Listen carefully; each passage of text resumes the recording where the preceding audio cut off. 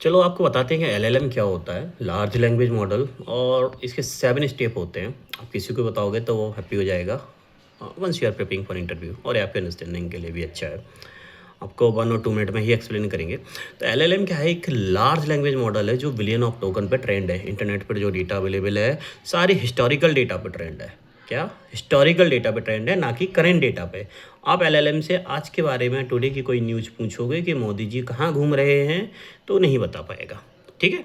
तो LLM user input क्या होता है? एलएलएम आप कोई भी चैट विंडो करोगे, एडब्ल्यूएस बेडरॉक जाओगे या एंथ्रोपिक जाओगे या ओपनएआई जाओगे या जोर ओपनएआई जाओगे या आप जीपीटी जाओगे, कुछ भी जाओगे, किसी भी प्लेटफॉर्म पे आप एजेंट को चैट विंडो खोलते हो, आप मॉडल भी चूज़ कर लेते हो। फिर उसके बाद आप मॉडल चूज़ करते हो तो उसके पीछे एक बैकएंड में एलएलएम चलता है। तो एलएलएम यूजर इनपुट क्या देते हो? यूजर इनपुट में आप चाहे इमेज अपलोड कर दो, चाहे आप डॉक्यूमेंट अपलोड कर दो, या फिर आप पीपीटी जो भी आप अपलोड कर दो। अगर अपलोड करोगे तो वो एक्सट्रैक्ट करेगा, उससे पहले एक्सट्रैक्शन की मैकेनिज्म लगाएगा और एक्सट्रैक्ट करेगा और वो टेक्स्ट को रीडेबल फॉर्मेट में अंडरस्टैंड करेगा कि आपका एनएलपी नेचुरल लैंग्वेज प्रोसेसिंग में इनपुट क्या है।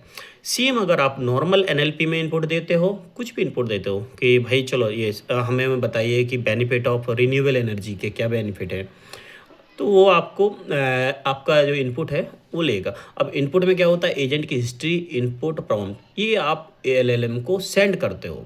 एक अपना पूरा एजेंट का खुद का हिस्ट्री रहता है अगर आप चैट विंडो में कर रहे हो, अगर नहीं फ्रेश है तो नहीं रहेगा। फिर आपका प्रॉम्प्ट देते हो और एजेंट की खुद की अंडरस्टैंडिंग, ये आप सेंड करते हो किसको? फिर ये जो आपका एक पूरा प्रॉम्प्ट बना के जैसे आप बोलते हो, ये सेंड करते हो किसको? एलएलएम को। तो वो क्या करता है, इसको पहले सबसे पहली चीज़ इसका होता है टोकनाइजेशन। आपने सुना होगा बचपन में कि हम कोई बड़ी प्रॉब्लम होती है तो उसको छोटे छोटे टोकन में बांट लेते हैं, तो इसी को टोकन बोलते हैं। तो टोकन में वो बांट लेता है। फिर टोकन को बांटने के बाद ताकि उसको अंडरस्टैंड हो जाए, एग्जैक्टली कॉन्टेक्स्ट आपका वो समझ पाए कि आपने क्या सेंड किया। देन अब आता है जो इसके छोटी छोटी जो मेन लेयर आती है इसके पीछे, वो उसे बोलते हैं ट्रांसफॉर्मर।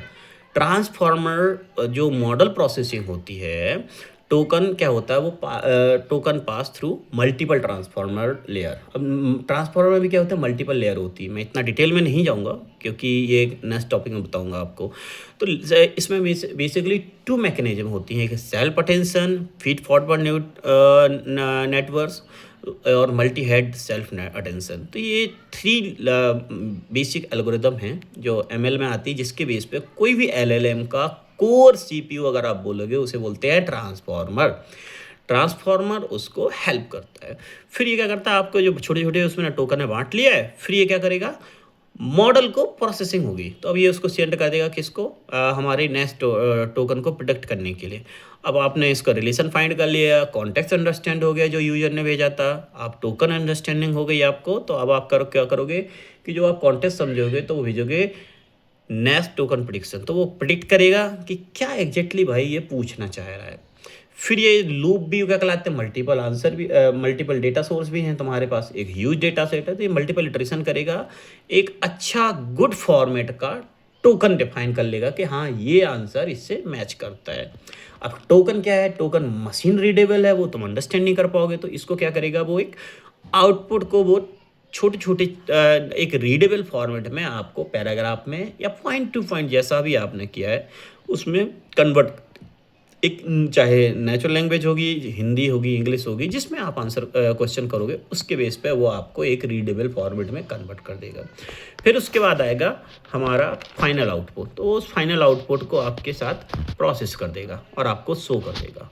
तो ये हमारी 7 लेयर होती हैं, user input, tokenization, model processing, next token prediction, iterative generation, post processing and final output.